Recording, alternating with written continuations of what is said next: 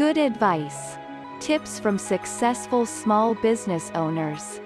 Here are 7 business tips from several successful small business owners that are worth paying attention to. 1.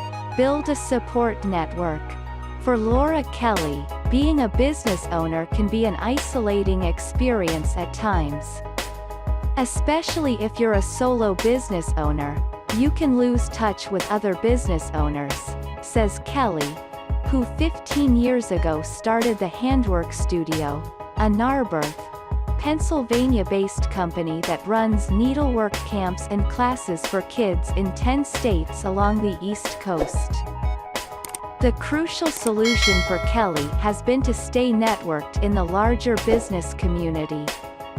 That means meeting with her personal business coach for an hour every 4 weeks. The coach has helped her find solutions to problems and work through tough decisions with her business. She also networks on Facebook and LinkedIn from the comfort of her own home. She walked me through some visualization exercises, Kelly recalls. Just that sheer exercise of removing myself from the business and looking down on it really helped me see the problems that were bothering me. In an hour's time, I walked away with clarity and an action plan to move forward. And then there's the mastermind group to which Kelly belongs. She and her fellow women service business owners get together over a conference line.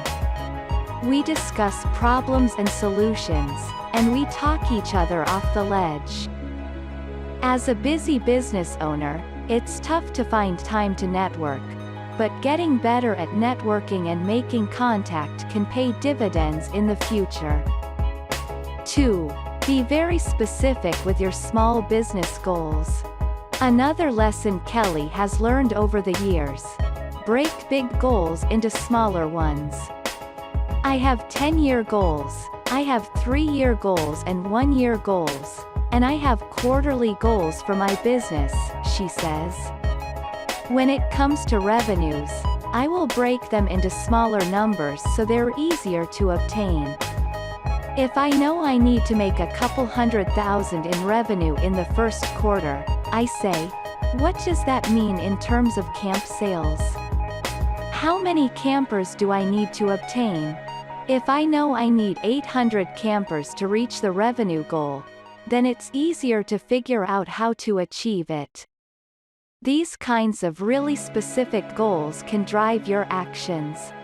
Every employee at the Handwork Studio has a dashboard with their goals on it which shows their progress toward those goals.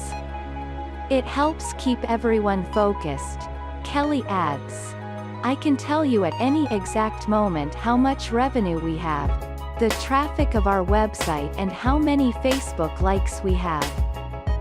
Building a performance-driven culture all starts with being very specific about goals for yourself and your employees.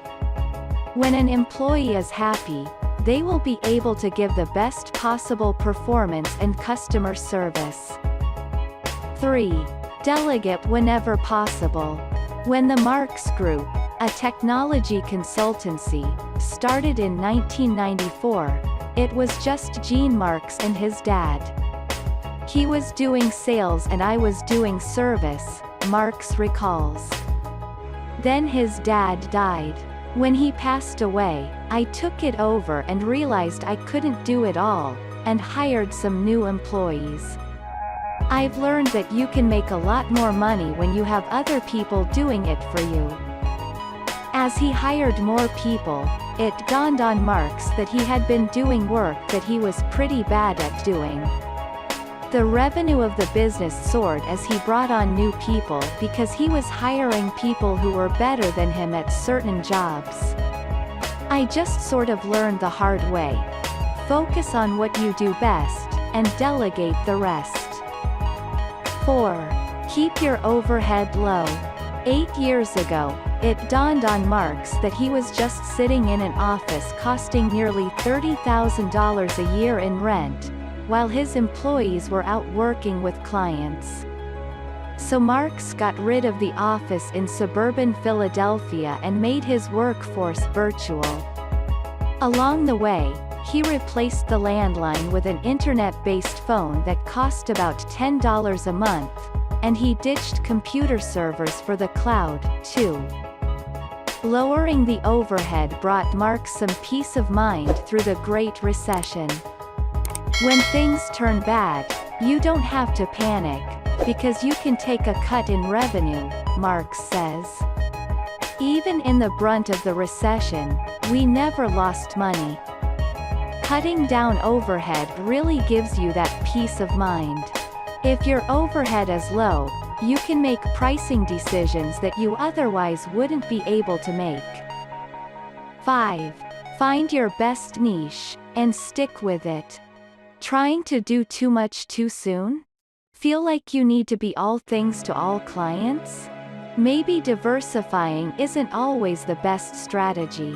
Sometimes, it's good to replicate the magic if you have something that works really well. That's been the successful strategy for Ace Apparel, says Mark Matios, who along with his two brothers are the third generation to run the 78-year-old family business. One of the industry silos that we're really good in is parking garage operators, Matios says. The reason that parking garage operators like to work with us is because we manufacture our own line of jacket that's suited for parking garage companies. We've duplicated that success with 30 different parking garage operators across North America. Finding your niche and continually innovating around that niche is a path to success. 6. Keep your day job just a little longer. It is a common trap. A person gets excited by a small business idea, quits his or her day job, and then runs out of money and fails. Spanx founder Sarah Blakely credits her success to the fact that she actually kept her day job as an office equipment salesperson for 2 years, learning to work with minimal sleep as she got her form-fitting shapewear company off the ground. Blakely did not want to resign from her day job until she was absolutely sure her small business idea would work, according to Forbes. By the time Blakely resigned in 2000 from what was then office equipment supplier Donka, she had already spent countless nights and weekends studying pantyhose design and existing patents. She would drive from her Atlanta home to North Carolina, where she sought out hosiery mills willing to make the product. There were days that I'd be at Donka all day and the semi-trucks would drop boxes of Spanx outside my apartment. I resigned on October 14, 2000. I quit Donka and 2.5 weeks later I was on the Oprah Winfrey Show, Blakely says. 7. Avoid distractions at all costs. A few years ago, Seattle-based content marketing company Audience Bloom was operating so swimmingly that its founder and CEO Jason Demers decided he could get away with focusing on a second startup that he was intrigued with. Demers would come to regret the decision. Running a company, just fine, is not what an entrepreneur's job is, Demers says. Successful entrepreneurs don't do the minimum for their company. They constantly work to grow it, evolve it, and prepare it for the future. Because I was splitting my team between the two startups, growth stalled at my first company, and I didn't have enough time to dedicate to the new startup to make it successful. Eventually, the second venture failed. Audience Bloom was able to grow again once Demers was able to focus his full attention on it. I learned that a successful venture requires 100% attention, focus, and effort. Secondary ventures need a full-time manager or else they'll just distract you and derail your existing efforts if you aren't careful. Avoiding distractions applies to managing yourself so you get stuff done on a day-to-day basis too. I know when I'm smart and when I'm dumb, says Marx.